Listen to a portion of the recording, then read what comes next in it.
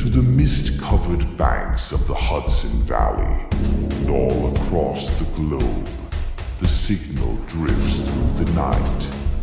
This is Midnight Signals. Now, here are your hosts, Sergeant Shenanigator and Alien Mike. Alien Mike, how are you tonight, man? I'm doing good, man. How are you? A little under the weather, but I'm still ready to rock and roll tonight. Have a good time. Oh, there you go. I know all about being under the weather. Yeah, it's always fun. Yep. I thought it started out allergies, but it wasn't it. Yeah. Yep. I know how that is. So, are you ready for tonight's show, man? I am. Tonight was something I was looking forward to for quite a while. So. Oh, absolutely. Absolutely. Go ahead. Go ahead. I was just going to say this is something that I've thought of for many years, and it's always in the back of my mind. So to pick it this week was perfect. I had a great time researching this, and I know we're going to try a new format tonight. So I'm looking forward to how that works out. Yeah, it's going to be interesting. If you want me to explain how it's done, I can. Okay, so you'll do, the typical introduction, and then I'm going to go through, since I'm the one who chose the topic. We've got 6 different cases we're going to talk about, and I've got a bunch of stuff I've written down, so I'll go through and I'll read and, explain everything that I've got as far as the story goes. And then after that, I'll hear your side of things, and you can give your opinions. And once we're done with that, we'll both go through, whether or not we believe it or a hoax or what our opinions are of it. Yeah, that works. And before we get started tonight, please reach down and smash that like button. Subscribe if you haven't subscribed, and get the word out. Send it out to other strange weirdos like us, and help build this channel. Yep. Before we start, for those that are on tonight that went over and helped out our great friends at Horrific Podcast, you guys helped put them over 1,000. Yeah, I saw that. So I looked at that, and I was sitting in my room freaking out because I was so excited he finally got it. That was amazing. Yep. To be 17 away in the last couple hours and nail it. That worked out perfect. Everybody did a great job. A big thanks to everybody out there. I know Colin says thanks to everybody that subscribed. With that being said, let's get to it, man. Sounds like a plan. So tonight we're pulling back the curtain on the unknown, the abductions that defy explanation, the encounters that still haunt the witnesses, and the cases that make you wonder, are we next? From the quiet back roads to the skies above, no place is safe once the lights appear. Welcome to Midnight Signal, where the strange is standard and the impossible is just another story waiting to be told. With that, Mike, take over. All right. So, Steve, I'm not sure what all you got through in your research. I figured, like we talked about, we'll do everything in chronological order. And the first one, I believe, is Antonio Villas Boas. I'm going to have to open my screen up. Hold on one second. I couldn't see the chat. Someone's right behind me, huh? Okay, yeah, 1 second. I see him. He's a little green thing. I know. Okay, so Steve, on this one, as we were just talking about, everywhere I researched, I only found one instance of, an abduction or a sighting or anything like that. But then today I'm reading, some of this book that I have, and I'm finding out there was 3 different sightings by the same guy that led up to, I would assume, the abduction. So what initially happened was he was a 23-year-old Brazilian farmer living near São Francisco de Sales in Brazil. It happened on October 16th, 1957, while he was out working in his fields plowing late one night. Oh, good morning, Nadine. So the account of the I can't even talk, of the abduction was he had seen a strange light in the sky, and he had claimed it was like a red star that he was seeing that grew larger as it approached him. It descended and revealed itself as a big cylindrical or egg-shaped craft with a rotating dome on the top, which that was the first time I had ever heard anybody describe a craft like that.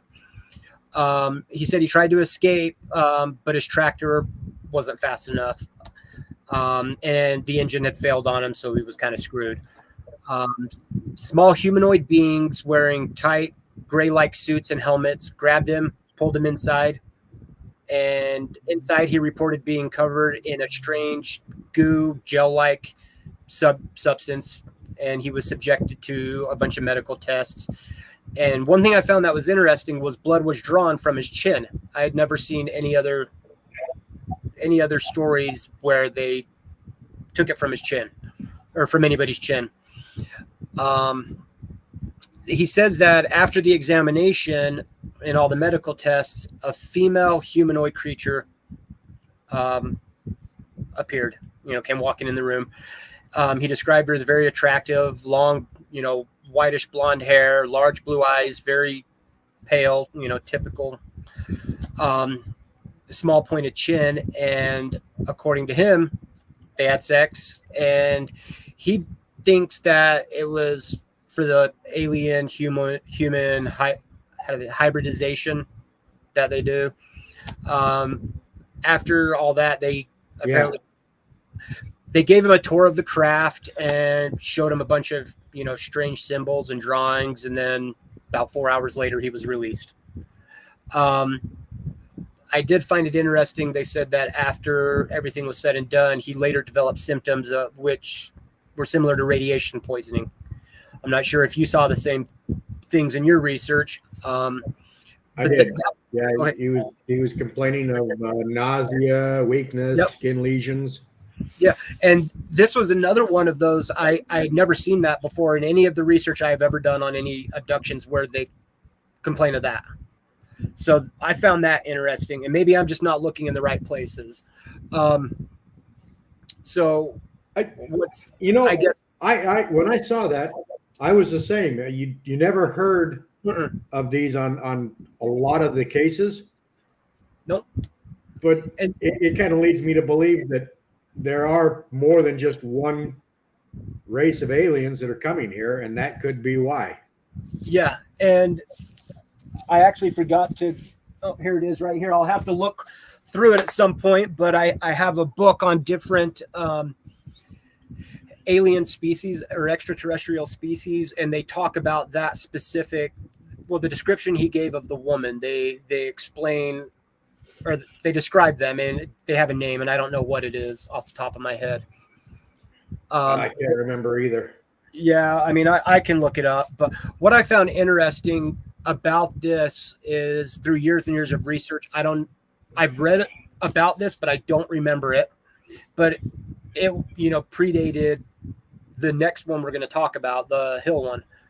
And so there's a part of me that thinks everything that he described kind of leads into everything else, with what everybody else talks about and their experiences, if that makes sense. It does. So I'm going to quickly go over, let me find it here, what I found today that I had read before.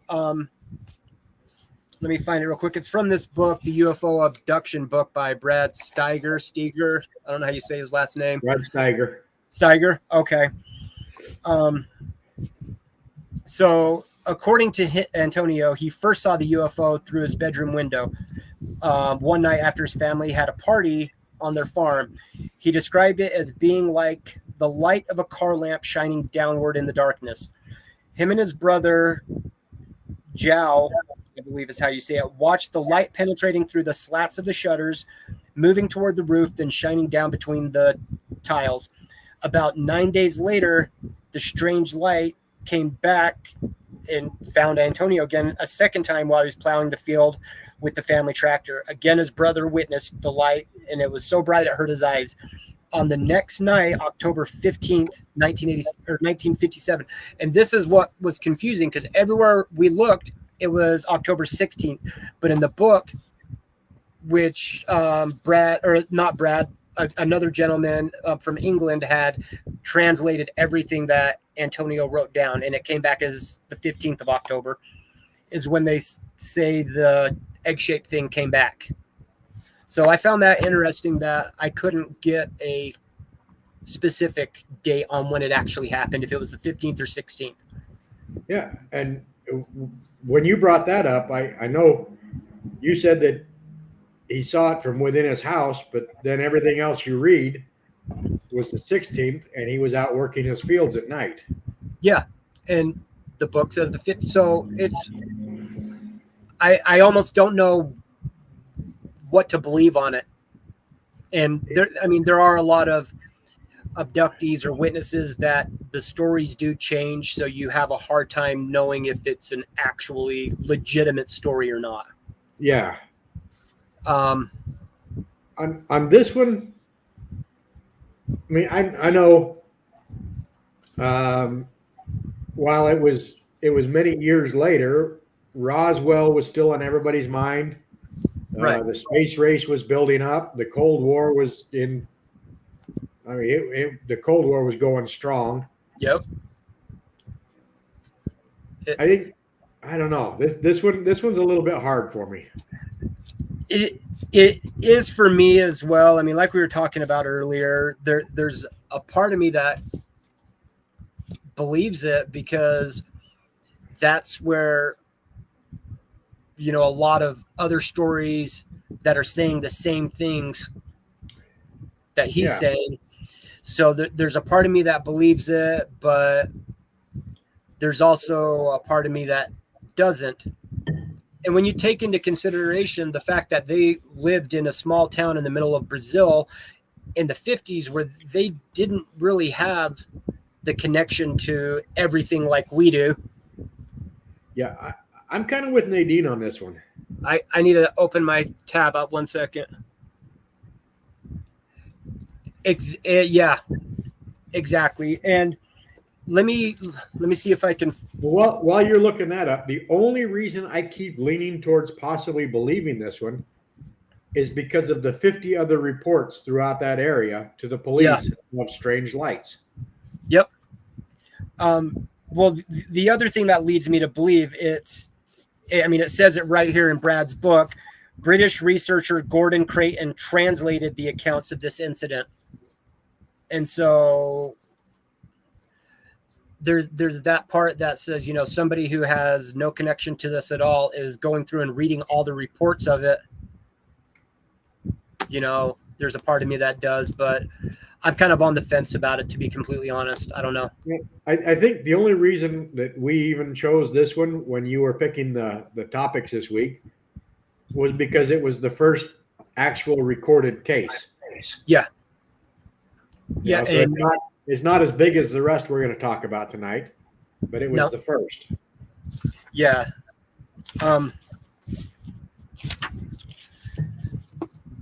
Okay, so with that being said, shall we go to the next one?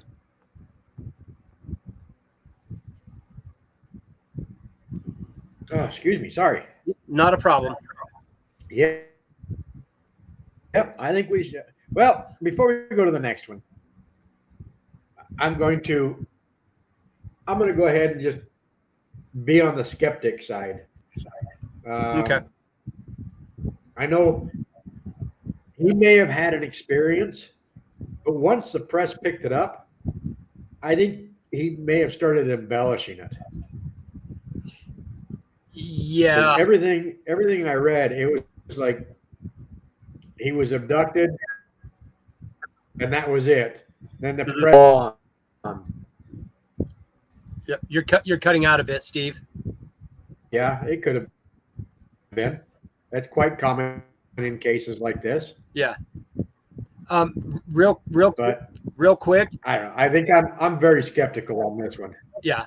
I'm on the fence as well. And real quick, for me, Steve, every once in a while you're cutting out. I don't know if you're cutting out for anybody else. Can you hear me okay? Yeah, I got a feeling it's this presentation we keep putting up, because as soon as I get rid of it, Yeah, as soon as I get rid of the presentation, it starts picking back up again. Yeah.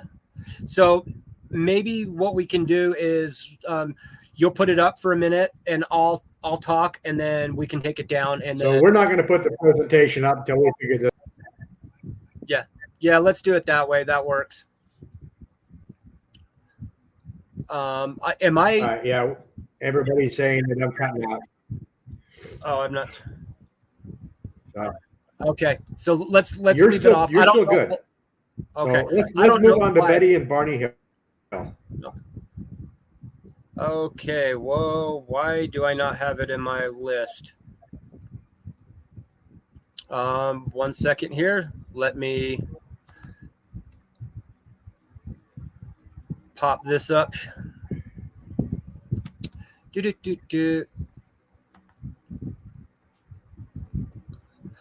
Well, Betty and Barney Hill was a fun one. This is the most, I think, famous one that people know about.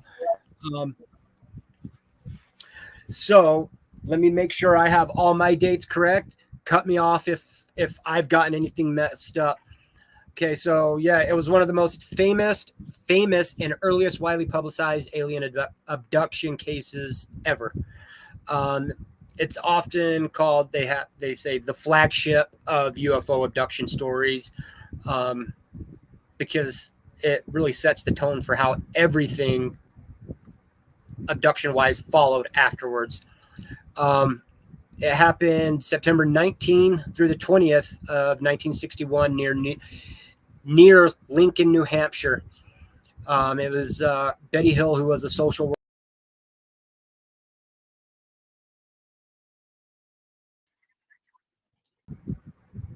Did you cut off there? All right, are we back?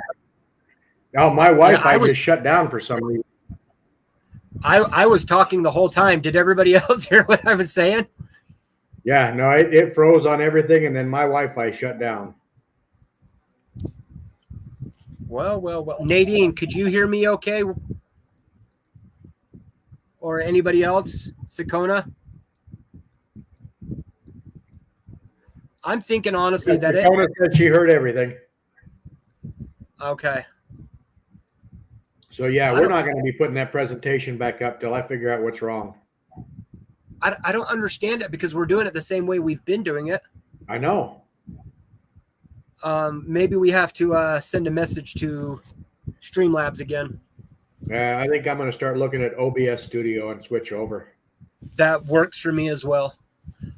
Okay, so I'll start over just in case. Oh, they all said they heard you. Yeah. Okay, well, Steve, since you didn't, I'll start over. Betty and Barney Hill abduction, most famous and earliest, publicized alien abduction in the world, called the flagship of UFO abduction stories because it kind of set the tone for everything. You got 2 children that can help you with OBS. There we go. And yep. Pretty much, Nadine. Every abduction story it set the tone for how everything was told after Betty and Barney Hill. So it happened the 19th and 20th of September of 61 near Lincoln, New Hampshire. Betty Hill was a social worker. Barney Hill was a postal worker. And what I always find interesting about this is everywhere I look, they always say one key thing when it comes to them, and that it was an interracial couple, which was unusual for the time. And I think, they think that's why it got so much attention, because that wasn't a thing back then. Steve, can you still hear okay? Oh, yeah. Okay. You were frozen. Nothing's jumping on my end. Okay. So they were driving home to Portsmouth, New Hampshire after a vacation in Niagara Falls in Montreal. Around 10:30 p.m., Betty spotted a strange light moving erratically in the sky. As it drew closer, they claimed it became a large, silent, disc-shaped craft with windows and lights. And I wish we could put up the picture they drew, but of course it's going to mess it up. That's okay. We'll get this figured out. Oh, yeah. Barney used binoculars and reportedly saw humanoid figures inside the craft in the windows around. Fearing they were being watched, they rushed back to the car. So they stopped, they got out of the car and tried to figure out what they were looking at. They sped away, but soon heard strange beeping sounds and felt a tingling sensation. And I found that interesting because most other accounts, they don't make a sound at all. Yeah.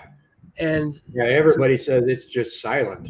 Yeah. And I mean, you don't hear whooshing, you don't hear anything like a jet taking off, nothing.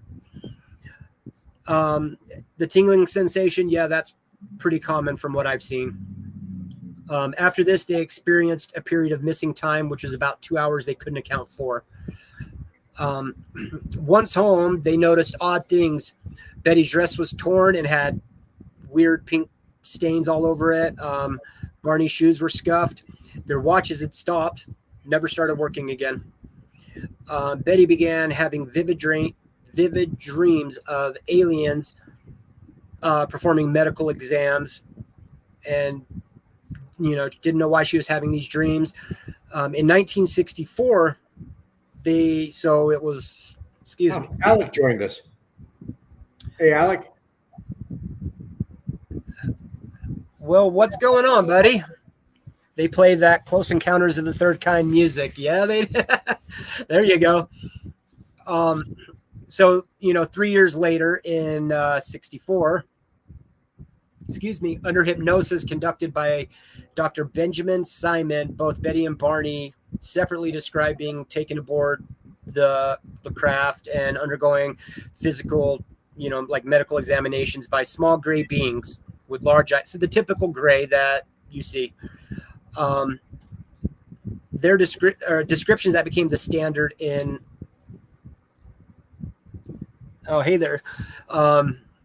in later abduction lore. In one dream, Betty saw a star map shown to her by one of the beings. Then years later, amateur astronomer Marjorie Fish tried to match it to real star systems and claimed it resembled the Zeta Reticuli system, which led to the popularization of the reticulin. And then, I've got stuff written down on it. Was first publicized in 1965 in a Boston article. It was later detailed in the 66 book, The Interrupted Journey by John Fuller. And then that's pretty much the basic rundown of Betty and Barney Hill. They've one of the documentaries I just watched on it talks about the noise they heard, and they both said the noise sounded like it was coming from the back of the car. Mm-hmm. And then the next day they had those dots on the back of their car. Yep. So that one intrigued me. Yeah. And then I had to go out and look up the the Zeta Reticuli star system. And it's really cool. Drawing matched to a T. Yeah, it was incredible, to say the least. To have it, to know nothing about the star system and then to have a dream and match up almost exactly perfect. This is one. Oh, here we go. I don't know if you put that up there. Yeah, our good friend from the Horrific Podcast is here, Colin. How's it going, Colin? Glad you're with us today.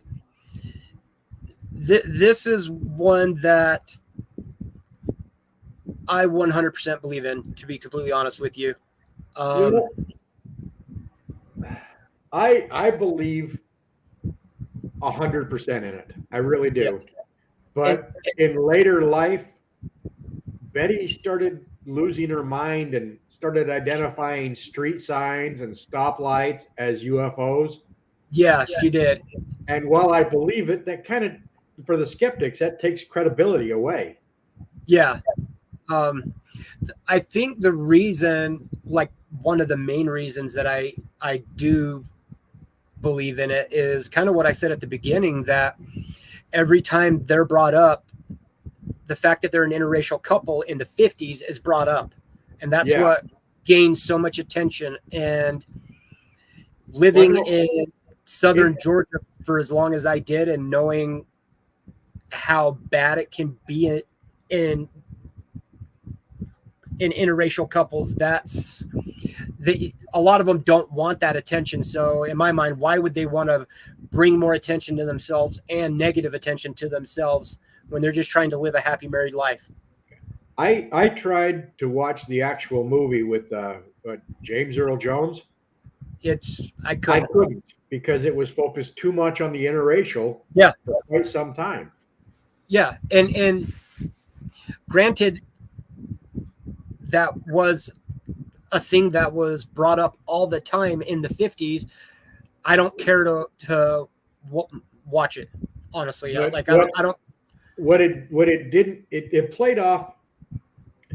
It played off more along the lines of, and I hate to do northern southern type things, but it played it off like they were down south. Yeah. And in New Hampshire, they still had issues, but it was more accepted. Yeah, it was 100%. But now, there were people up, I'm sure, in New Hampshire that were like, African Americans don't marry white girls. That's all there is to it, period. Right. And it was more accepted than it was down in Louisiana, Alabama. Yep. But I mean, that's where I start out with my thinking on it is I've seen the negative attention. A lot of friends, like one of my best friends growing up, she always dated black guys and her parents hated it. Yeah. And so I saw they were treated, and this was in the 90s and early 2000s. Yeah, it was still going on in the 80s when I was stationed down there. And the sad part is, for the most part, they're really not like that down south. No. It's just that small group that bring it out of, bring it out into the limelight. Right.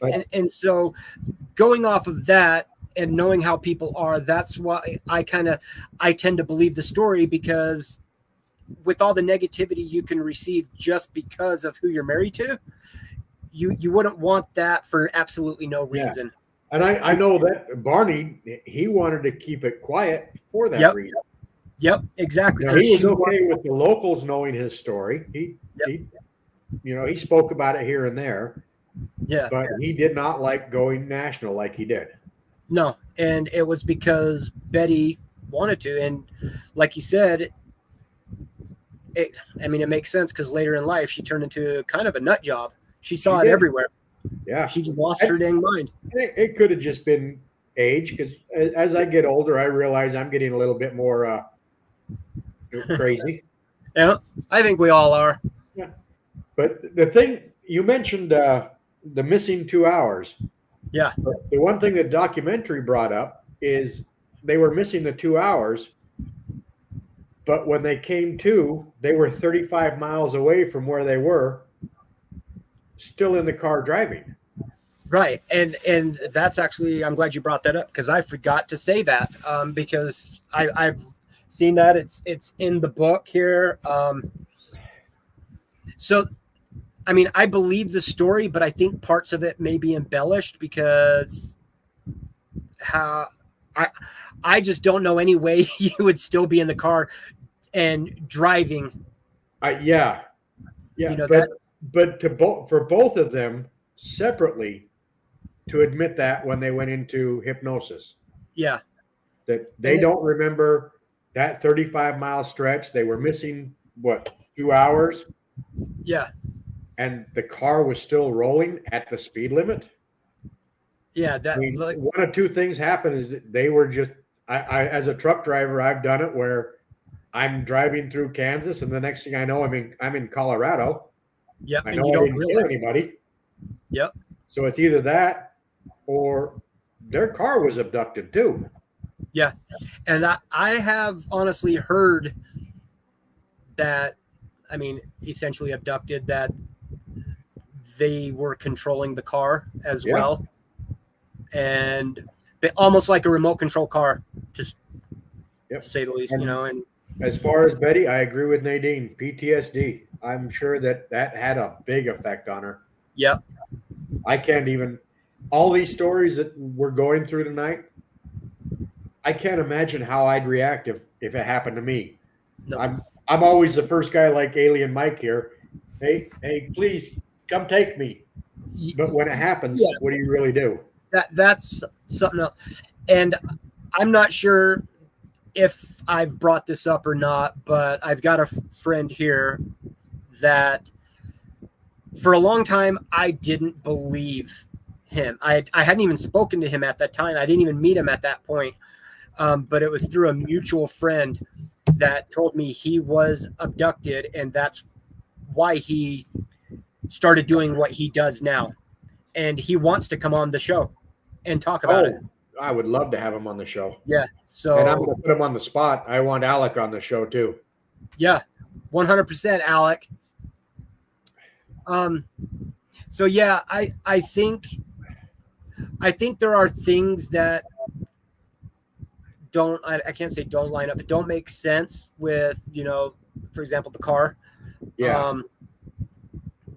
And then you're right that years later with her seeing UFOs and aliens everywhere she looks, it's not like my room that's decorated and that stuff, you know, the skeptics are going to. All right. Peer pressure. We got him. Yeah. There we go. But I'm going to have to say, I believe in the story.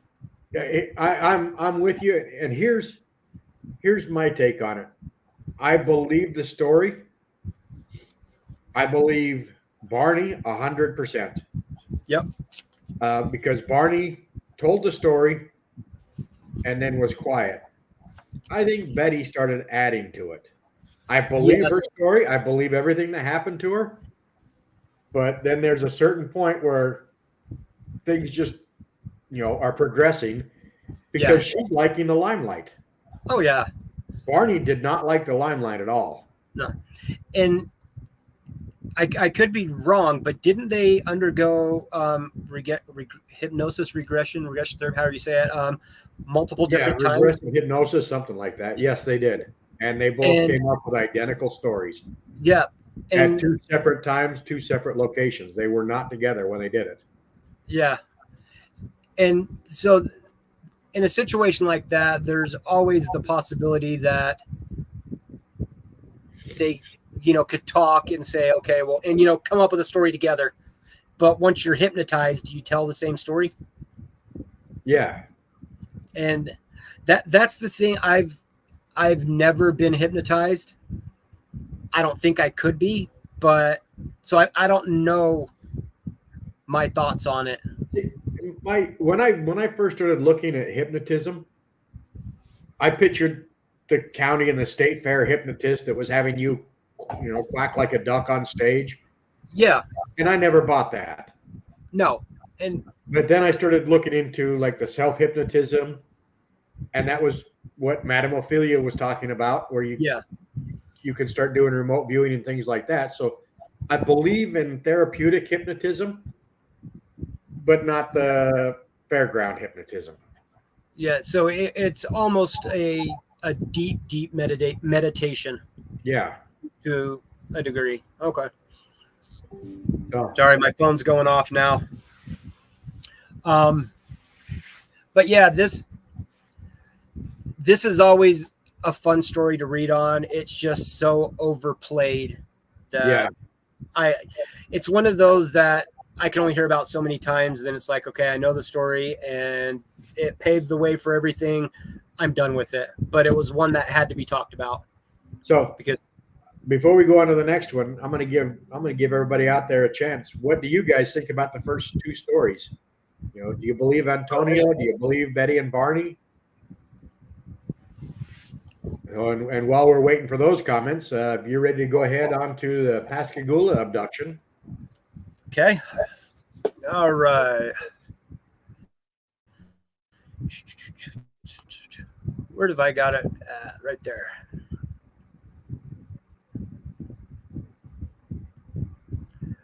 All right. So This was interesting.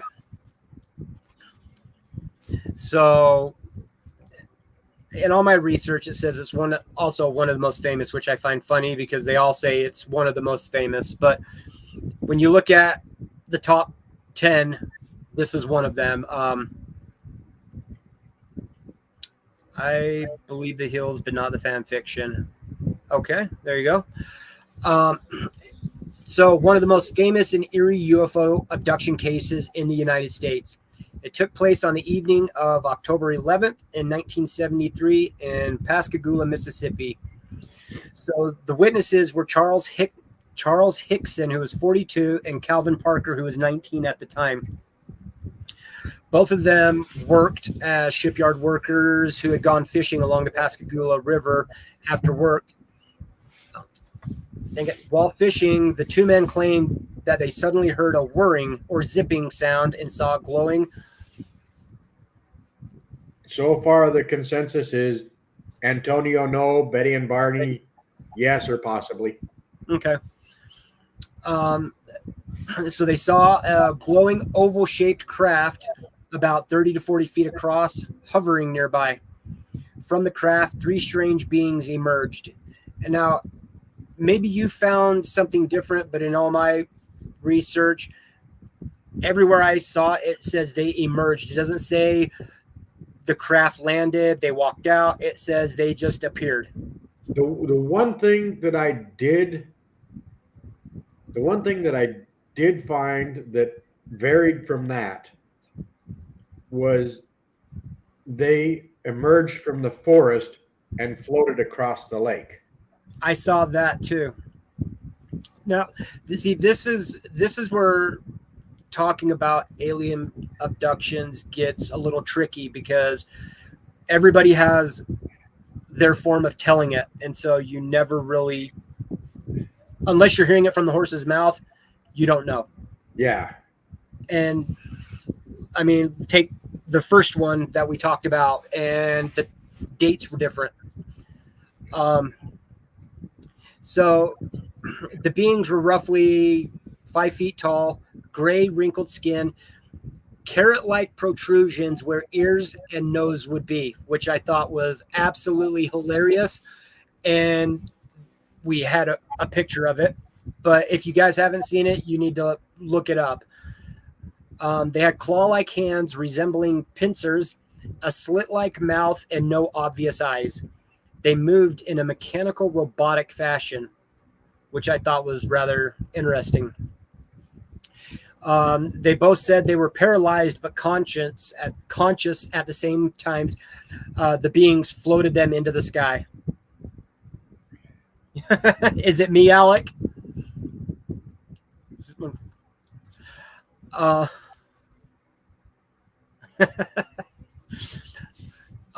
Inside, they were subjected to an examination involving a large eye-like device that scanned them. After several minutes, the beings returned them to the riverbank. Then the craft shot away silently, which I thought was funny that it whirred up to them. You know, it made sound, but left silently. Yeah. You know, so that's where I'm a little iffy so far on the story. So in the aftermath of the story, both men were terrified, especially Parker, who was nearly catatonic. They went to the Jackson County Sheriff's Office to report the encounter. The sheriff secretly left a recorder in the room when the men thought they were alone, expecting them to expose all a lie. And instead, the recorder caught them expressing that, I mean, they were fucking feared. They were scared to shit. And in shock. The case made national headlines, fueling public UFO interest in the 70s, and that leads into other stories as well.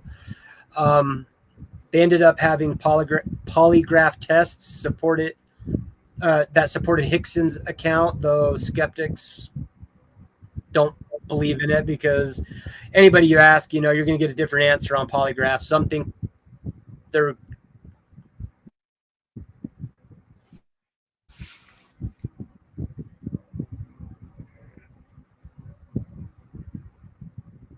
There was a lot of details that we didn't cover on Betty and Barney. Yeah. Oh, sorry. I just finished. There was more than a lot.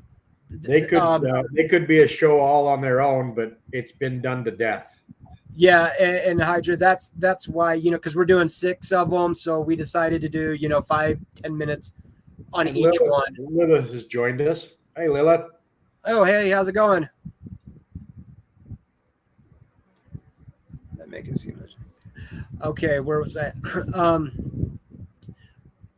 Parker avoided the public for quite a long time. He was just absolutely terrified of what happened. But in the end, I mean, later on, he ended up giving interviews, and he did write a book, which I believe I haven't read it yet. And then what I did find that was interesting was in 2019, the city dedicated historical marker to the abduction. So yeah, what did you find that I didn't talk about? You talked about everything that I found, other than they floated across. And I'm going to be brutally honest in this one. I think they saw something, but what happened next, I don't think happened. Right. If you've been around Mississippi, Louisiana, you've seen swamp gas. You see stuff out there. Well, this is another one that had a lot of police calls about strange lights in the sky. Yeah. But I have never, ever heard of, I mean, basically, they were transported from Star Trek Enterprise, from the Starship Enterprise to Earth, and they just appeared. Yeah. I've never heard that. Yeah. And everything about this I've never heard. They floated across the river or their lake. The thing that got me was the description of the beings they saw. Now, I've been in the swamp. I've seen how it is, and I've seen that you see things while you're out there. But oh yeah, I mean, this guy, I don't know. Besides being an author, I don't know what he does for a living and how he researches everything. But I have gone through this book so many times, and not once is that being ever mentioned or described. So, and I mean, he goes through a lot of weird. Lilith, it's the portal. It's the portal that gets me here on time. What's that? Oh, I just started scrolling. My stream, the chat doesn't move for me, so I have to constantly scroll. So yep, it's the portal that gets me here on time. There you go. So yeah, if I mean, what does anybody else think on this? Because I love the story, and there's, like I said, Calvin wrote a book. You can see, I think it's, if I remember correctly, Amazon Prime has a show about it.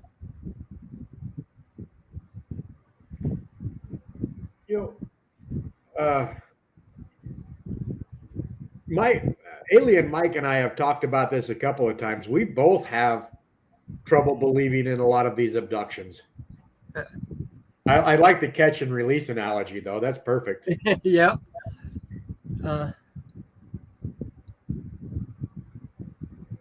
Yeah.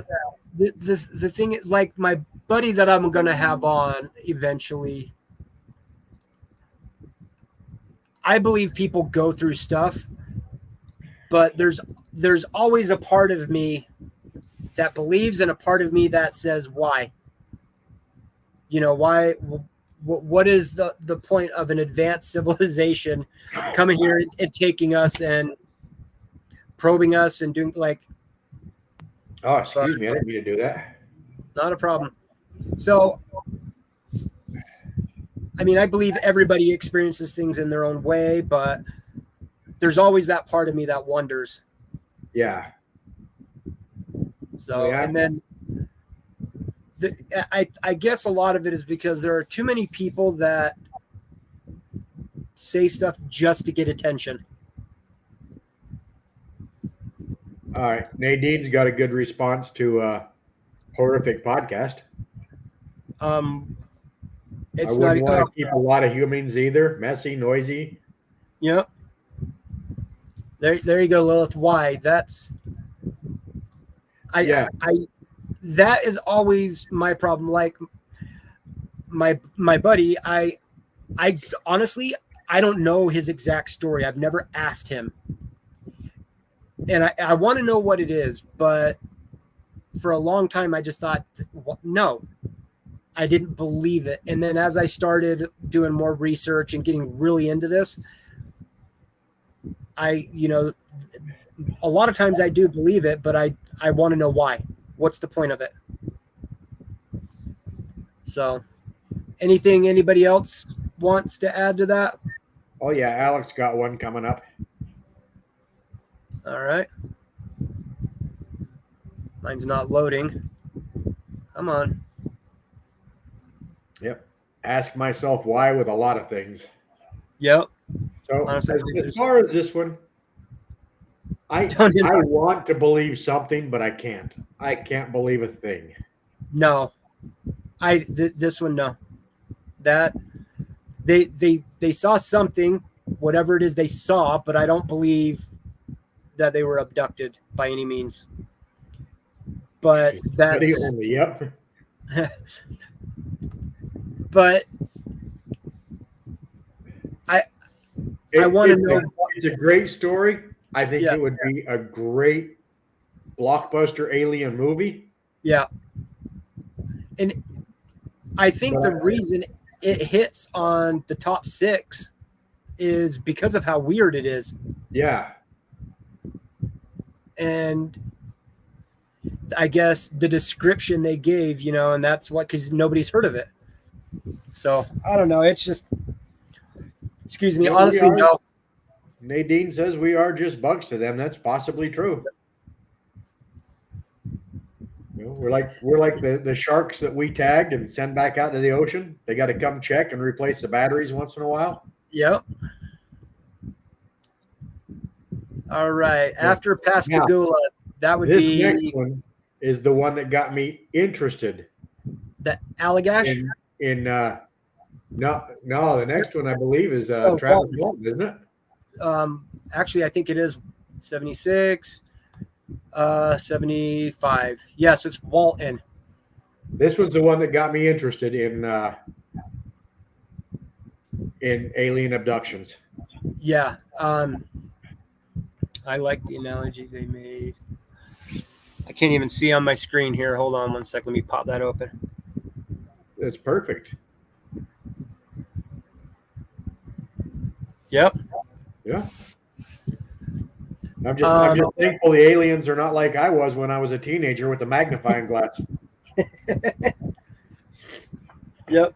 I can't remember what it might have been, The Simpsons or Family Guy or something like that, but I think it was The Simpsons. The aliens had a show called Earth that it was essentially the Truman Show, where there was just cameras. They were watching all of us run around like ants, like you said. And could be the case. Yeah. So for Travis Walton, this is another one that is like the Betty and Barney Hill. There is so much that we could go into. But I'm going to give just a basic rundown, and then we'll explain human combustion. That's a good one. We're solving a lot of things here tonight, Alien Mike. Yeah, we are. So I'll give just a quick description of everything, and then we'll talk about it. You give me your thoughts. I've seen the movies. I've watched everything.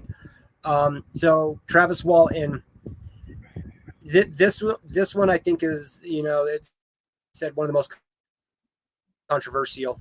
There are so many people that absolutely do not believe it and debunk everything, and a lot that do believe it. Yep. November 5th of 75 near Snowflake, Arizona, in the Sitgreaves National Forest. Walton, 22 years old, logger, and 6 co-workers. Walton and his crew were driving home from logging when they spotted a bright light in the woods. Yes, it is, Lilith. Yep, 100% Lilith, fire in the sky. And it was a great movie. It's an incredible movie. Yeah, I absolutely love it. I've devoured so much stuff on this guy.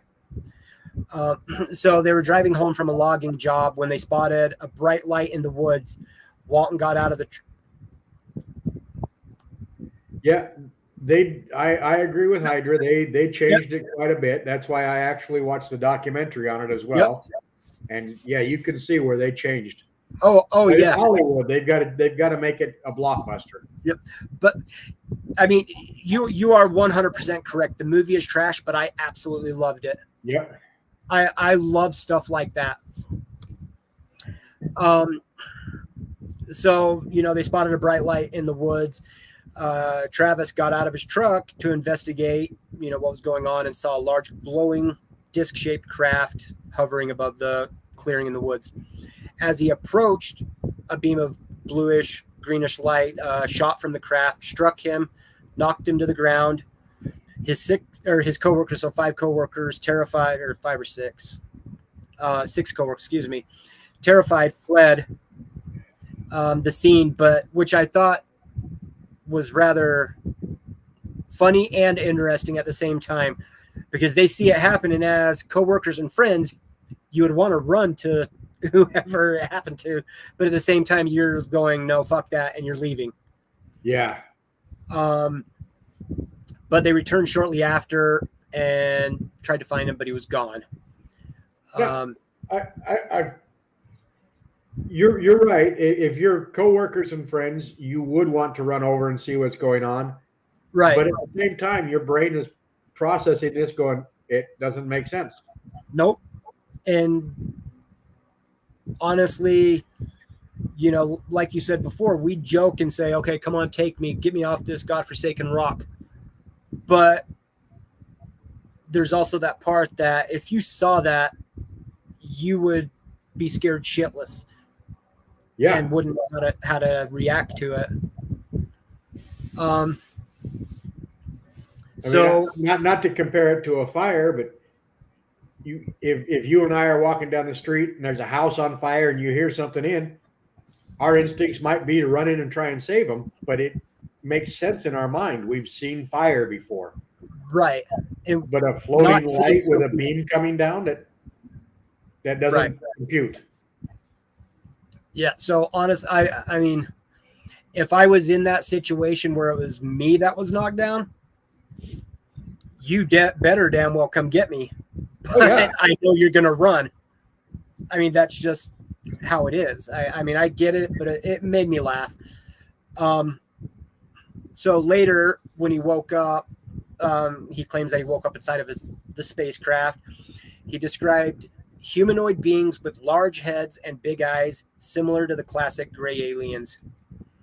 And so that brings up an interesting point. I have seen a lot of things that, because it's all, not always, but the majority of the time, it's the gray aliens that are the ones doing it. But I have seen a lot of stuff that say they are, how do I put it? They're basically forced. They work for other alien species. They're told they have to go and abduct people or perform experiments. And then I've seen other stuff that says they're robots, for lack of a better term, like drones. Huh. So I don't know if you've seen the same stuff. I'm going to have to research that because I've never heard or seen that. I'm going to have to look into that. Yeah, I've seen so much stuff. I don't know. Hydra, have you ever heard that?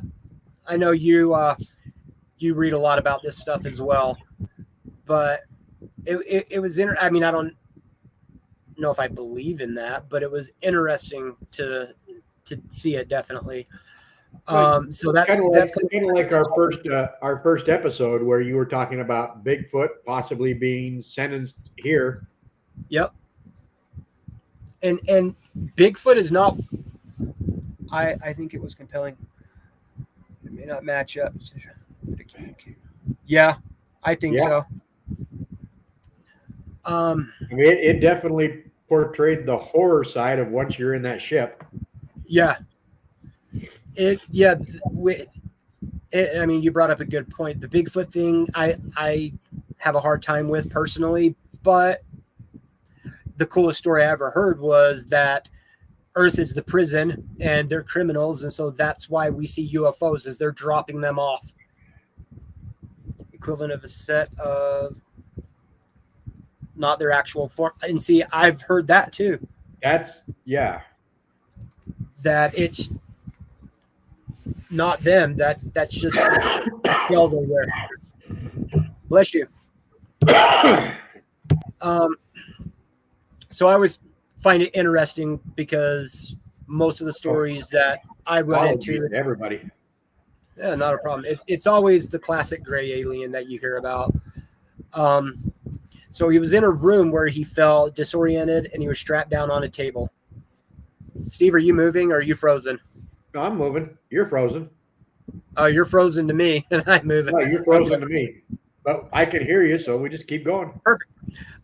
So after that, later, on taller, more human-like beings appear dressed in tight uniforms. And see, that's kind of what I had heard was the more human-like ones use the gray aliens to do their bidding, essentially. He was led into another chamber where a clear helmet-like device was placed over his head. After that, he remembered nothing until waking up on the side of the road, and he said he was gone for 5 days. And my computer is frozen. Yeah, I can still hear you, but you are frozen on my computer and on YouTube. Yep, I can't move anything on my computer. It's the aliens, man. I'm telling you. Yeah, hold on, let me. Yep, I can't do a single thing. You want to jump out and jump back in? There you go. Oh, there you are. Now you're moving. Yeah. Whoa, that was weird. Yeah. Mama Drew renamed the podcast to Frozen. Yep. We're now the Frozen boys. That works for me because every time we talk about aliens, this shit happens. Yeah. Aliens or ghosts. Yep. And then where was it? Oh, that right there. I don't know if you posted that or not, but you'll hear my thoughts on that in a minute. Let's see if I can move this. Okay, now I can actually move my screen. Oh, good. So he said he was gone for about 5 days. After all that, Walton's co-workers reported him missing immediately, and the police suspected foul play.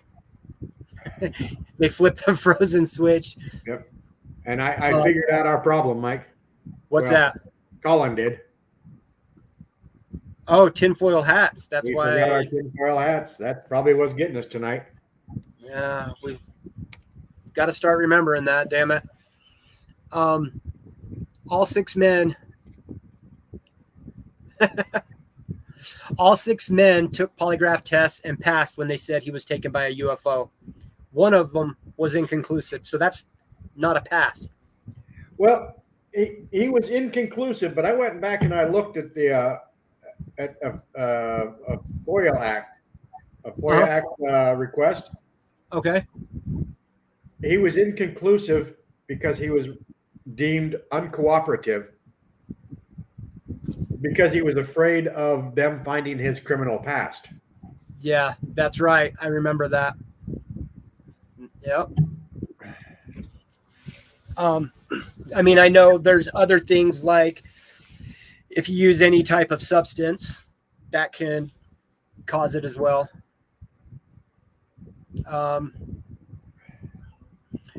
Walton, when he appeared 5 days later, disoriented, dehydrated, confused. I was actually thinking about those two. Dark skies. Yeah. We'll probably get to talking about our opinions on communion here in a second, but yeah, but I'm going to go into dark skies real quick. Colin, I want to make sure I'm thinking of the right one. Is that the one where it was the kid that was abducted.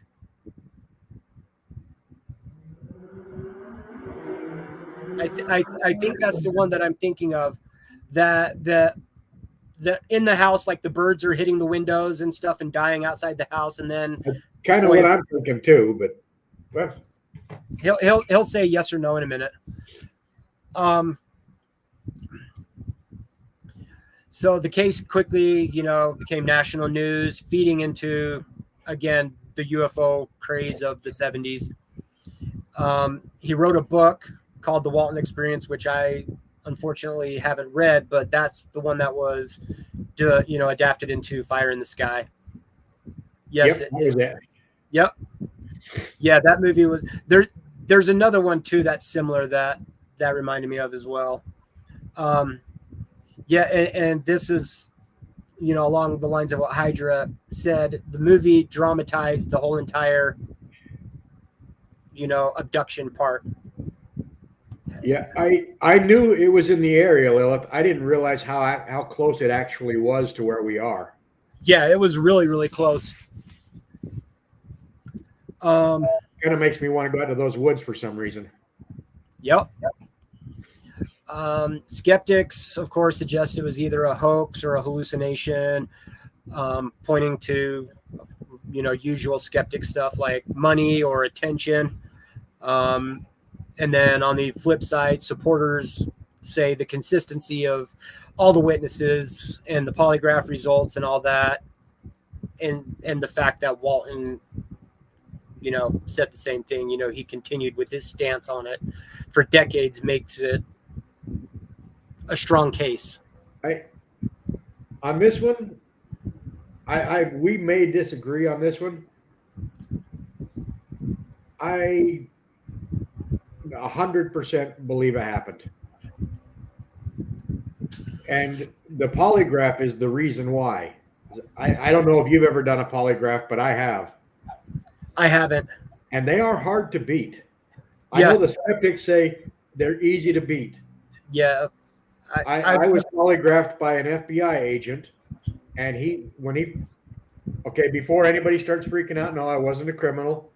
It was during MP school. We were tasked to go on the polygraph tour and help the FBI and a few other agencies out on being certified with polygraphs. And we were told different ways of trying to beat the polygraph. And they encourage us to try and beat the polygraph.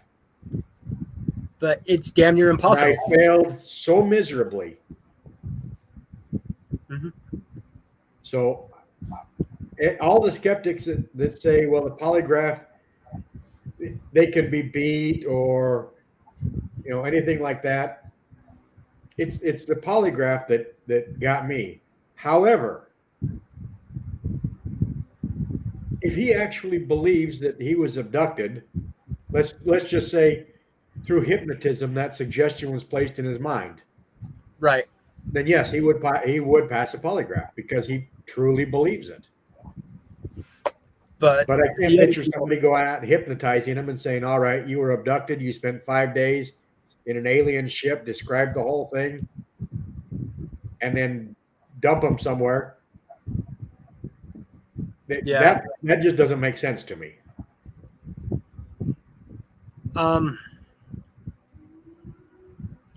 The polygraph side of things, I honestly, I do believe. I know they're hard to beat. I think it did happen. Honestly, there's a lot of that. It just like makes everything else. I think some things have been embellished throughout the years because that creates better books, better documentaries, better movies. But I think the basic premise of the story is true. Yeah. Yeah. You said it right. There's so many things that are embellished over the years, and it's not just by people that may have been involved or seen it. It's other people that hear the story and go a little farther with it or change a little detail. Yeah.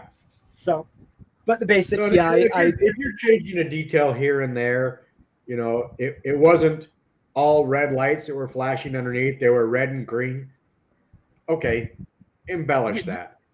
Well, But yeah, the basic story that he told and passed the polygraph on, that's Yep. what I believe. yep.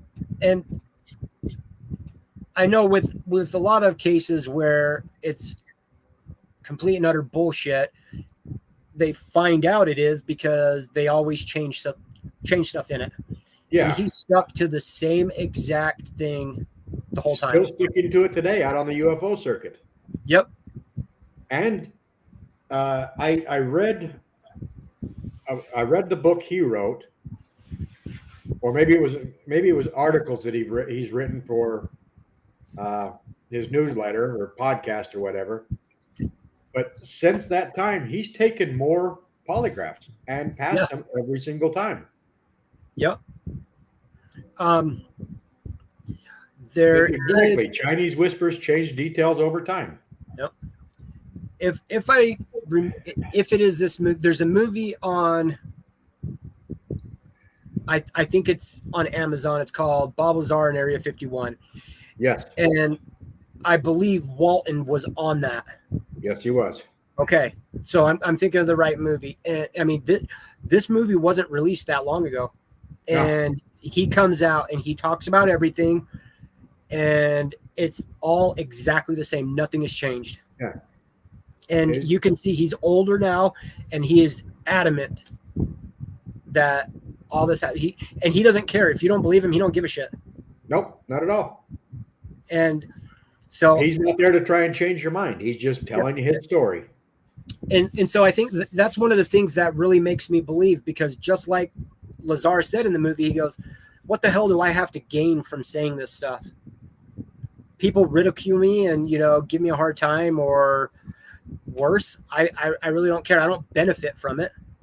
I mean, he's made money from it, but he's not writing the books and stuff. Yeah. He's not completely rich. He's making do. He's made some good money, but it didn't make him a billionaire overnight.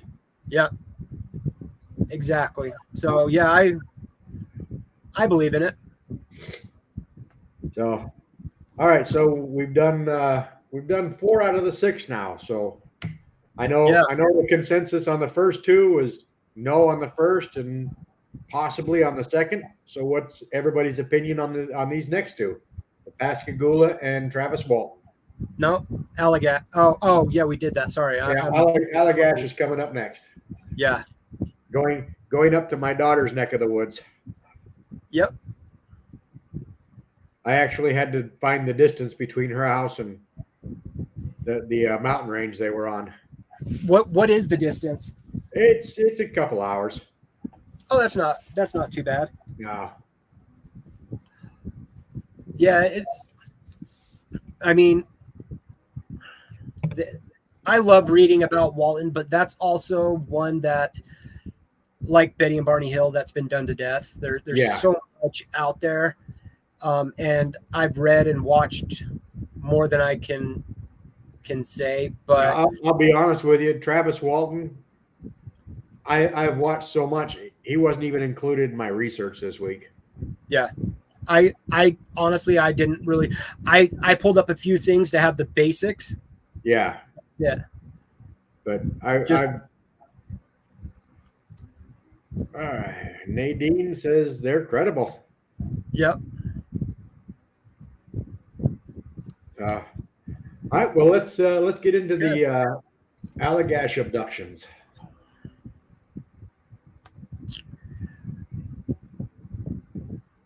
Okay. Allagash abduction, one of the most famous multiple witness alien abduction cases in UFO lore history. So 1976, August 20th, in the remote wilderness of the Allagash waterway in northern Maine. 4 men were the witnesses, twin brothers, Jim and Jack. And I love their last name. I don't know if it's Wiener or Weiner. I've heard it both ways. Yep. I'm going with Wiener.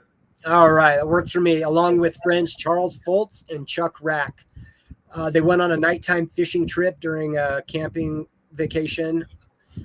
To find their way back, they had built a huge bonfire on the shore before they set out in their canoe. While they were out on the water, they noticed a strange bright light in the sky that hovered and moved erratically and then advanced toward them. They tried to paddle as fast as they could frantically to the shore, but the light approached way too quickly. Their next memory was standing on the shore, staring at the object as it rose into the sky and vanished. The bonfire they had lit was almost entirely burned down. So by that, it suggests that several hours had passed, though they only had vague recollections of that time. In the late 80s, the men began experiencing nightmares and flashbacks of strange beings with large eyes. So they decided to do hypnotic regression. All four of them independently recalled being taken aboard the craft, subjected to medical style examinations, and encountering non-human entities. The stories matched in perfectly striking detail, even though they claim not to have discussed the incident deeply before hypnosis. And so far, I don't know if I 100% believe that, because if that happened with me and a group of friends, chances are you're going to talk about everything. Oh, yeah. So that part I'm a little iffy on. I'm a lot iffy on that part. UFO researcher Raymond Fowler documented their accounts in his book, Allagash Abductions. The men passed polygraph tests, though skeptics still, again, argue that hypnosis can create fake or suggestible memories. And we already discussed that. Unlike many abduction cases, this one involved multiple witnesses with corroborating accounts, making it compelling. Let's see. And then the other things that I kind of pulled up, where it is often cited alongside the Betty and Barney Hill abduction and the Travis Walton as one of the most significant in UFO lore. Skeptics, again, remain divided. Some of them attribute the story to suggestibility or dreams, or, like we just discussed, the word they use is confabulation, but under hypnosis. So that's the gist of it. So what have you got to add to that? What I found on this one, I would believe their story if they stuck to their guns. Excuse me. If they stuck to their guns. Mm-hmm. But Chuck ended up recanting his story years later. Yep. And here's where it became weird for me. Is rumors started coming out from close friends that while Chuck and the other, they kind of drifted apart in their friendship. Right. The rumors said that they were actually all still friends, and Chuck recanted his story to bring the story back to the limelight so they could argue and try and make more money. Yep. And Chuck actually told, in an interview, he told somebody the reason he went with the story was he thought it was going to make him money. Mm-hmm. So while the others may be 100% accurate, it really happened to him. To me, Chuck destroys it. Yeah. So you really can't really believe it fully because of that. It's like the Ghost Hunters episode of the Queen Mary, where the ship is extremely haunted, but then they found that one room that was rigged. Yeah, and so that destroyed the whole investigation. Yeah, makes you think everything is that way. Yeah, that's what I feel on this one. The polygraphs, again, hard to beat. Right. Chuck didn't take the polygraph, if I remember right. Nope, I didn't see that he did. Yeah, So it's I want to believe it, but then you start getting these rumors from family and friends that now they're talking about trying to bring the story back to life to make more money. Maybe try and get a Hollywood deal out of it because yeah, Chuck's upset he did not make any money out of this deal. yeah. I agree. I'd like to believe it, but I don't. Yeah. I just can't. It's if you make money off of it, or if somebody offers you it, of course that would be, I guess, beneficial to your tragedy or the trauma you've experienced. But if nothing else, I mean, if I was in that position and I was telling a story, I would just want to tell the story of whatever happens. Yeah. And if people ask me about it years down the road, I'll say the same thing. But I'm not going to bitch and moan and change it. Yeah. Travis Walton, I don't care what you think. This is my story. This is what happened to me. Yep. Believe it, don't believe it. I don't give a damn. Yep. And if I make some money off of it, I get a deal, then I'll take the deal, because you're stupid if you don't take money for something like that. In my opinion, if you can make a buck off of it, you should. But and Nadine's about to a comment from Nadine's about to pop up here. Can you see them typing? No, but I've got YouTube on in the background, and it pops up on YouTube before it hits us. Oh, okay. So, yeah, he recanted due to embarrassment. He was embarrassed about the whole thing. Yep.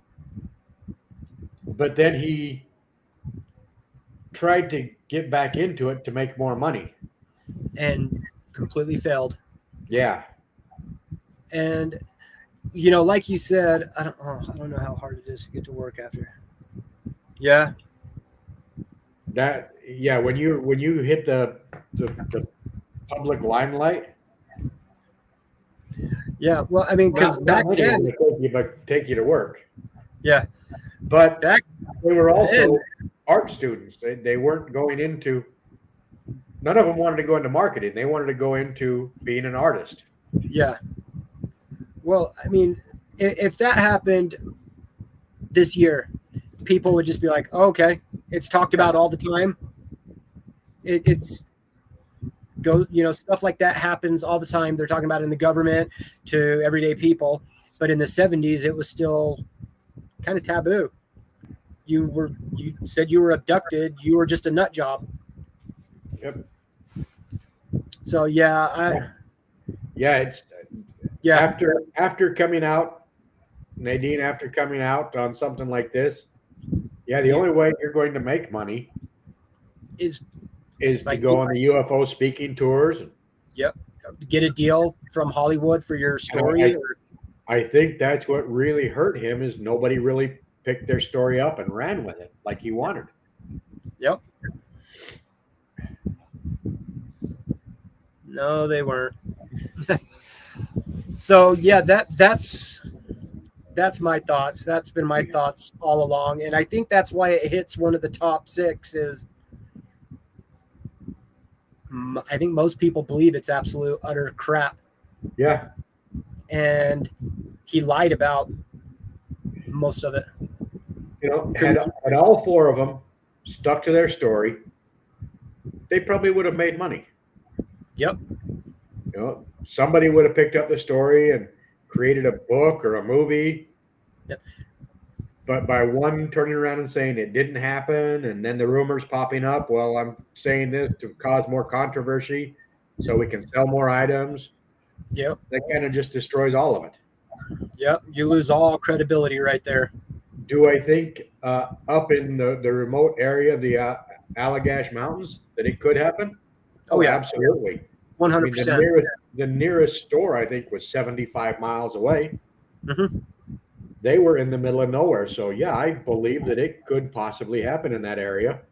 But now I can't believe these guys. Yeah, I don't. It's just too much changes and too many emotions over it. I just can't get behind it at all. Yep. All right, so on to number 6, Whitley Strieber. I think we're probably going to end up disagreeing on this one, Mike. Yeah, we've already talked about this, and I love Whitley Strieber. I really do. His books, I'm reading one. I'm reading Communion right now, and I've got quite a few of them. I haven't read them yet, but I'll same thing. I'll just give a brief.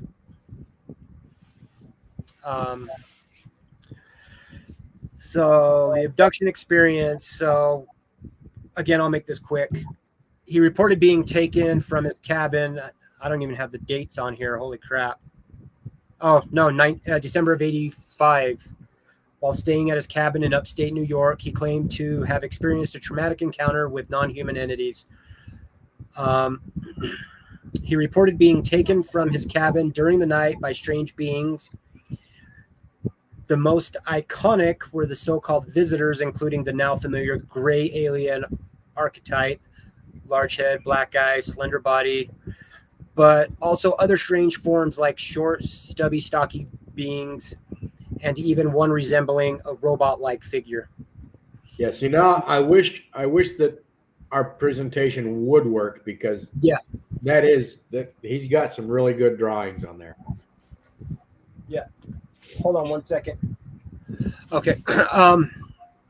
He described medical and invasive procedures, including a needle inserted into his brain and other forms of examination.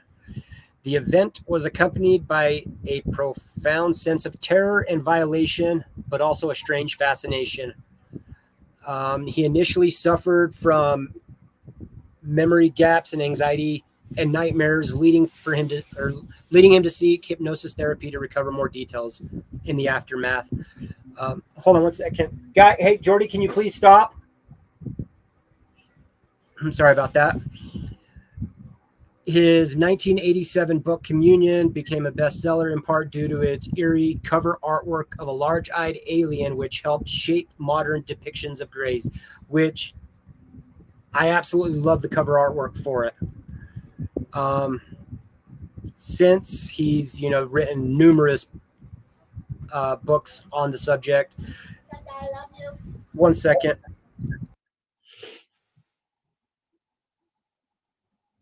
Sorry about that. Well, I've had him muted. I've got him in the background yelling. Hit the wrong button there. So honestly, I didn't do a lot of research on him like you with the other one. I've seen a lot, and I just have a really hard time with this, to be honest. So the last thing I'll say is he never insisted that they are extraterrestrial, which I found interesting. He said that they could be interdimensional or spiritual or something beyond our current comprehension. Now, I know you probably believe the same as many skeptics that, he was a horror and science fiction writer before this came out. Right. I am about 70% sure that it happened. But what the 30% was the movie Communion. I thought that was the worst movie I had ever seen in my life. I've watched it numerous times. I get bored every single time, but I watch it. I tried to get into it. My reasoning is, and like I said, I love Strieber. Absolutely love him. Your mom posting that picture, I was mad because I was jealous. I was so jealous because I wanted that opportunity, but I just didn't know when that was. And by the time I heard about it, it was too late. But I wish I could have met him. He just seems like a fantastic individual. He's a great, great author.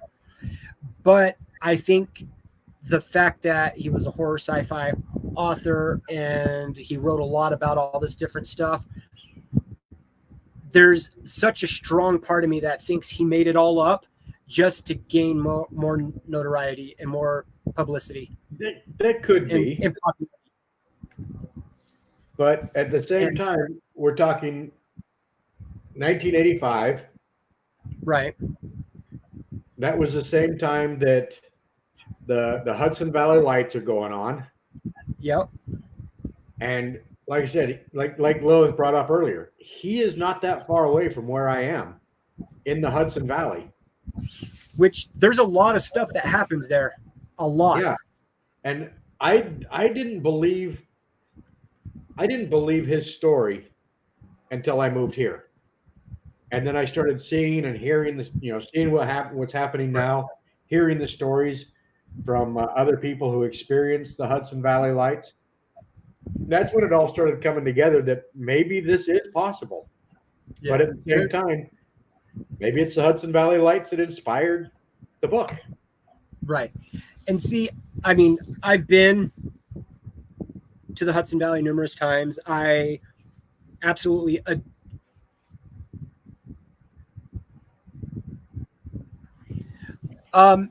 no, Lilith, I haven't. And actually, when I'm done here, I was going to text you about a few things, but that'll be one of them.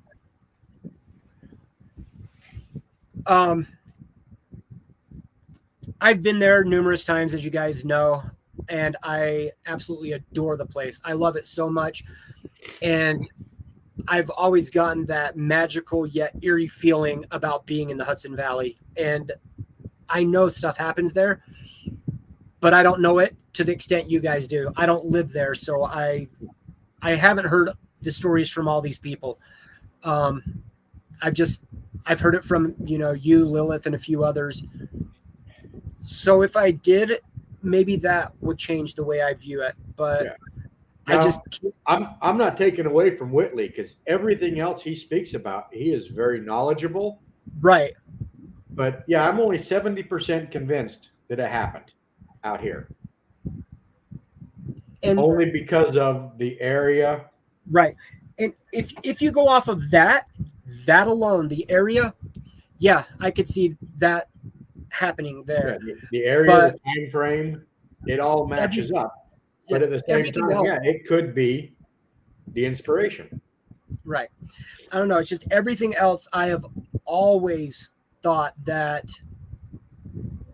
for lack of a better term, he did it. He was full of shit just to make money. I could be 100% wrong. That's just the feeling I get from it. So what do you guys out there think? Do you think Whitley? Yes, no. The Allagash abductions? Yes, no.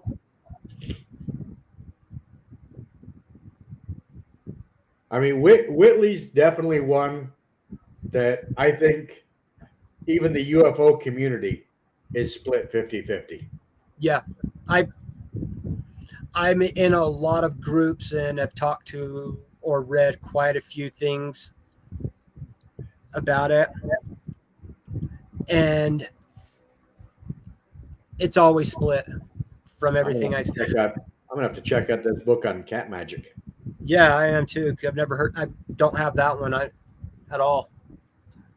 I actually just barely saw that one the other day. Mama Drew is at 50-50. I just can't, no matter how much I've read about it, excuse me, and I'm currently reading Communion right now. I just can't shake the feeling that he did it to just garner more attention. It could be. And Nadine, I honestly don't know if he's interviewed. I know he's talked to Travis. Yeah. To Travis Walton, but I don't know if he's talked to other abductees. I'm sure he has. Yeah. Because he's still doing the UFO circuits and the paranormal conventions. Yeah. And again, I know it may sound odd, but I mean, I absolutely love the guy. I really do. He is incredible. One of my favorite people to read about, but I just can't get past that feeling that it was just to get more attention. And I hope I'm wrong. I mean, maybe if I spend more time out there and experience more stuff, then Yeah. Well, I knew we were going to disagree on this one. I got to read this one. I tend to think of Strieber's experiences with a fairy lens rather than an alien one. It makes more sense when put into the framework of that folklore.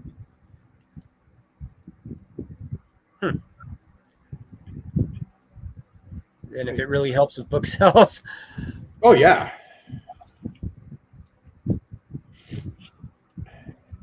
Oh, yeah, I think you just turned it off on me. Oh, that one? No, I did the hunger one. Oh. Unless you put it up and I I clicked it think off. we put it up at the same time. Yeah. Whitley wrote the hunger. Yeah. I'm really fascinated by the guy. I really am. I just Colin, if it helps your book sales, let me know. I'll write a book. Yeah. And then get abducted. Yeah, I'm coming with you just to get out of here. They can probe me for all I care. Implant a chip. I think we pretty much agreed on everything through these top 6 up until Whitley. Yeah. Whitley has some problems separating. Who wrote that? Oh, yeah. The general consensus is that Whitley has some problems separating reality from the products of his very imaginative mind. Very imaginative. Yeah, and that's how I view it. Is he's brilliant, absolutely brilliant, and I think he just talks to talk and writes to write a story, and I don't know what else to say about that other than no, I can't get behind it yet. Yeah, that's why I like having you as a co-host, man. Yep, we can actually disagree and still share a good hot tea. Yeah, a good hot tea for me. Yep. And a whatever you'd like for you. Harney and Sons. A Harney and Sons. Oh yeah, I'll take some Paris Harney and Sons. Let's do it. That is the best thing I have ever drank in my life. So yeah. So yeah, this is going to be the format that we've got for a while. Whoever picks the topic is going to be the lead on the conversation. Yeah, I hope it worked okay. I loved it this way. Yeah, and I hope everybody else did too. There was so much that we were trying to pack into one episode, and we had talked about this last week because our very, very first episode was going to be Betty and Barney Hill, and it changed, and there's, like we talked about earlier with Hydra, there was just so much to go into that it could be an episode of its own. So I like the way this worked out, where like next week you'll do, a quick explanation on what you're doing, and I'll give my 2 cents, and we can go back and forth that way.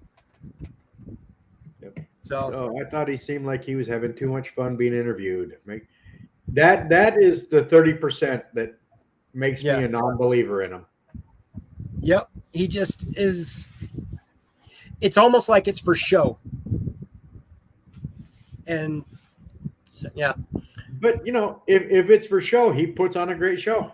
Oh, 100% he does. Yep. P.T. Barnum did the same thing, put on a hell of a show. Yep. It was, even though I don't believe it, I won't stop watching his stuff or reading his books. Oh, they're just too good. So, but as far as the top 6, that's what we've got, unless anybody else wants to add something. So while we're waiting for any responses, again, smash that like and subscribe button, follow us, and spread us out there. Let other weirdos know who we are and where we are. And again, thank you all for helping the Horrific podcast get to their 1,000 for their 5th birthday. Yes. And if you haven't checked out their podcast, Please check it out. Sunday, 4 It p.m. is. I think is the next one, isn't it, Colin? Yeah, I think that's when I saw. But Yeah, go check out the Horrific podcast. It is I was fun so to watch. happy. Yeah, so If happy you're into that horror, it's great. And I'm not sure. I'm sorry, Colin. I apologize again. I will go back to watching the Ash versus the Evil Dead series and finish it this time. Oh my! Hold on, that's what I was just about to say. Did he? If I missed it, I'm going to be mad because I had an alarm and everything. Has that one already aired? It aired today. Oh, that was today or yesterday. The cold medicine's making my days kind of blend. Yeah. That was the one that I messaged Colin right after I saw that and talked about it. Me and Jordy, that is our absolute favorite series. Well, ever. he just he's covering 2 episodes at a time, and this last one was season 1, episode 5 and 6. 5 and 6. Yep. Yeah, we have both watched it, the whole entire series, a couple dozen times. Oh, Mike, I wish you'd have been on there, man. Ugh. I was shunned and shamed when I mentioned that I hadn't seen the whole thing. I was praying for Abduction when they came after me like they did. Oh my goodness, that is the best series. Like, I grew up with my sleep cycle. I don't sleep, so it doesn't matter. I grew up watching Evil Dead, and Army of Darkness was my absolute favorite one. And that was the stupidest one, but I just loved the way it was done. So when I found out that I was like 2 years late to Ash versus Evil Dead, and I was so happy. They did it so good. And the fact that they had the same Delta. Nadine, nope, there's no new episodes. It was just the 3 seasons. 3 seasons, that's it. And the Horrific podcast has demoted me to corporal. Yeah. Yeah. There was actually talk about doing it again or adding on more episodes, but then I think I thought I read somewhere they were going to do a season 4, but I could never find anything on it. I went looking for it again today and couldn't find anything. From what I recall, I think it was Campbell that wanted to do a 4th season, and Raimi said no, he was done. But I could be wrong, but that's what I believe it was. So, but anyway, go check out the Horrific podcast. He does podcasts quite often, so check him out. Subscribe. Hit that like button anytime you're there, and share his stuff too. Share it with everybody you can. So, do you want to announce? Yeah, I'm just about to. Just catching up on these last 2 comments. Oh my! They should have gotten their own movie. 100%. They worked so well together in Ash versus Evil Dead that they should have had their own spinoff. And as far as alien abductions, Mike, I think Lilith has the final say. Well, but isn't a doctor visit a lot like an abduction? Well, it depends. Well, I mean, I've never been probed, so I don't know. And once you get to a certain age, there is the anal probing. Well, I mean, don't they say it's 40? No, I say it's 70. Yeah, I was going to say the I'll doctor keep pushing it off 10 years. Yeah, I hope so, because I'm 43 now, so by golly, I better be like 70, and I better be dead by then. So, yeah, we're going to go ahead and announce our next show next Friday at 6 p.m. We are going to be looking at ley lines. These are the paranormal world's version of Google Maps. The best way to describe it. Yep. They could be portals, energy highways, mystical highways, things like Stonehenge and the Great Pyramids all lie on these ley lines. Yep. And we're going to be exploring everything from what the scientific community has posted about it, all the way up to the wackos like me are talking about it. Well, now that you bring that up, I need to get a hold of a mutual friend in Hawaii, John. He sent me something, and I still haven't found it, Steve, that it was like the American Paranormal Highway is what I think the image came across, or the link came across as. It was like through Texas, like right above Texas, all the way across. Yep. You'll feel it. I hope so. I mean, right now, Lilith, I'm 43. I've had 4 major hip surgeries. I can barely walk half the time. I'm always in. I feel about 80 right now, so we'll see how 69 goes. Right. But it was really interesting. But I'll find that and share that with you. So, definitely, thank you. But it was just a whole line across the southern part of the U.S. that was where all the hot spots were at, I guess. Yep. And there's actually a ley line that runs right through your neck of the woods too. Yep. I haven't seen if it. To be honest, I'm trying to see if it crosses Skinwalker Ranch. I haven't made it that far yet, but there are ley lines that run through Utah. I'm gonna have to. I mean, I've heard about portals and stuff like that, but I honestly didn't know about ley lines until you said something. Like I'd never heard that term before, so I'm excited.